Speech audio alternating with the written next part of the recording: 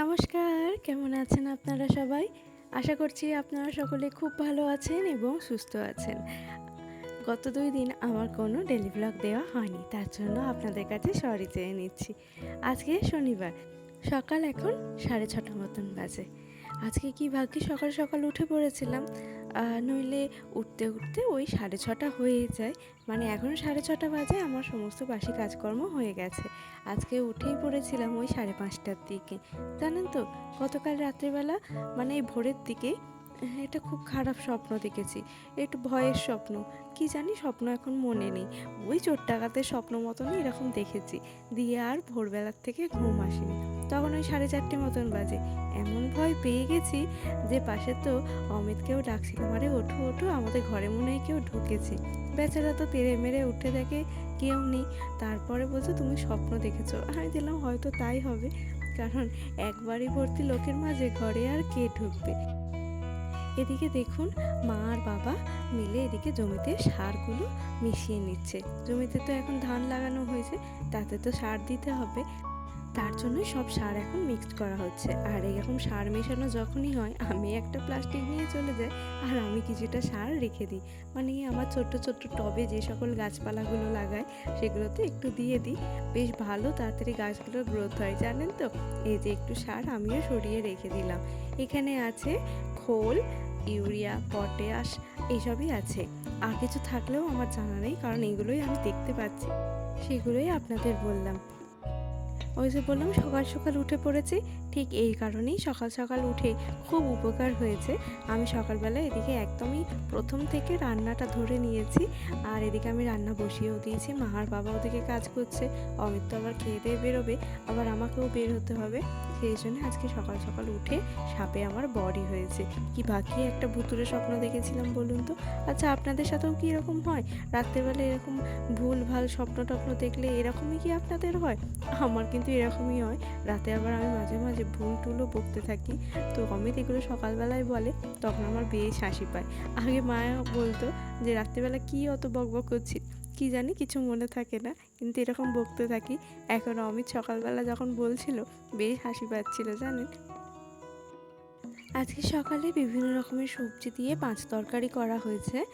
আর হয়েছে একটা লাউ দিয়ে উচ্ছে দিয়ে তরকারিটার নাম জানি না, তবে রেসিপিটা আপনাদের দেখালাম। লাউ দিয়ে একটু সর্ষে বাটা দিয়ে আর উচ্ছে দিয়ে একটা চচ্চড়ি মতন হয়েছিল। এই রেসিপির নাম আমি জানি না, আমাকে মা বলে দিয়েছে আর আমি সেই মতনই করেছি। আর এই যে এখন করব একটু পেঁয়াজি, কারণ ডাল হয়েছে, ডালের সাথে একটা ভাজা হলে অমিত আবার খুব ভালো ভাত খেয়ে নেয়। তো হাতে জানেন তো, ওই কাটতে গিয়ে মনে হয় কেটে গিয়েছিল। সেই কারণে এখন যে পেঁয়াজ আর নুনটা মাখছিলাম চটকে চটকে, তার সাথে ছিল লঙ্কা, জ্বালা জ্বালা করছিল। তাই আবার হাতটা একটু জলের নিচে ধরে নিলাম।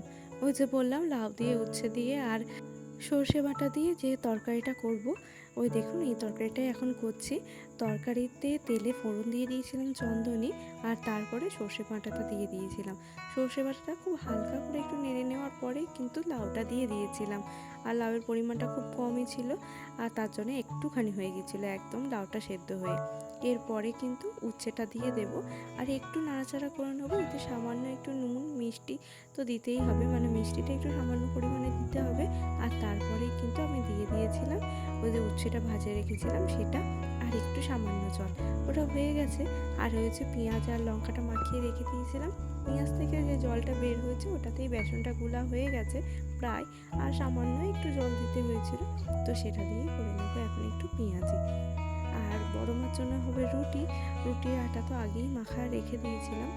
আর গতকাল রাত্রে একটু তরকারি আছে, ঘুগনি আছে। বড় মা বললো ওই ঘুগনি দিয়ে রুটি খাইয়ে নেবে। এই দেখুন, রুটিগুলো এইভাবে উল্টাতে গেলে খুন্তির ডগায় লেগে আমার রুটিগুলো মাঝে মাঝে ছিঁড়ে যায়। সেই জন্য চেষ্টা করি হাতে করেই উল্টে নিতে। এখন যখন আমি ভয়েস ওভারটা করছি তখন রবিবার, এখন সন্ধ্যা ওই 7:30 মতন বাজে। পাখাটা অফ করে দিয়েছি, নইলে পাখার আওয়াজে কেমন একটা শব্দ হয়, নিজেরই খারাপ লাগে। আর যারা হয়তো আমার এই ব্লগটা দেখছেন তাদেরও একটু অস্বস্তি হবে। আর অন্য সময় চেষ্টা করি ব্লগটা আমি ছাদে গিয়ে এডিট করার, মানে ভয়েস ওভারটা দেওয়ার। ছাদে চারপাশে যখন পাখিরা ডাকে কি সুন্দর শুনতে লাগে। আর এখন করছে আমার প্রচণ্ড গরম ভয়েস ওভার দেওয়ার সময়। কি বলবো আর কি বলবো না তাই গুলিয়ে ফেলছি। আর মাথা গুলিয়ে যাচ্ছে, সেই কারণে আমার ভয়েস ওভারটা করতেও অনেক সময় লেগে যাচ্ছে। বারবার ডিলিট করতে হচ্ছে, আবার নতুন করে করতে হচ্ছে।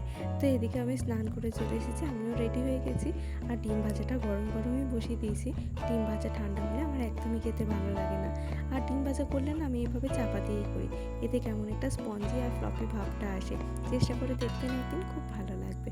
তো চলুন আজকের ব্লগটা এখানেই শেষ করছি। সবাই ভালো থাকবেন, সুস্থ থাকবেন। আর ব্লগটা কেমন লাগলো অবশ্যই আমাকে কমেন্ট করে জানাবেন। আজকের মতন আসি তাহলে। আর এতক্ষণে এবার আমি পাখাটা চালাবো, প্রচণ্ড ঘেমে গেছি, আজকে প্রচণ্ড গরম, ঘাম একবারে জলের মতন যেন গড়িয়ে পড়ছে। আচ্ছা আসি তাহলে।